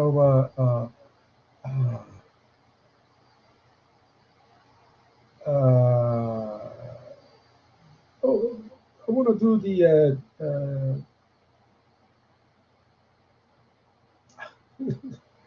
term escapes me, but you know what I'm trying to say. Uh, uh, tips. I want to do the tips example, right? Treasury inflation protected securities, right? However, it's not here. That example is not here. It's actually, but that example is, you already have it because that was, um, uh, maybe I'm going to have to revise this one. But you have that example. That example is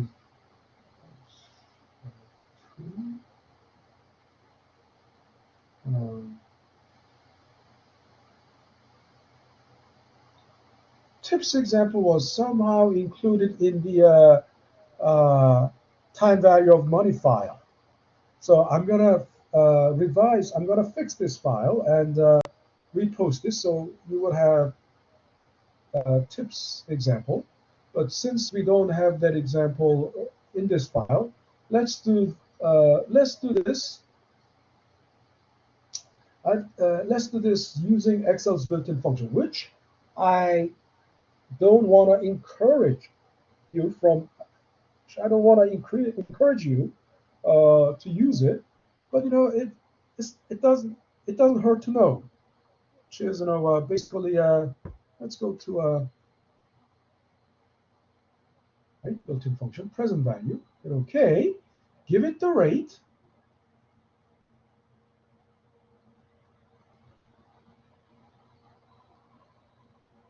You got to give this rate because that's the relevant rate, periodic rate, and then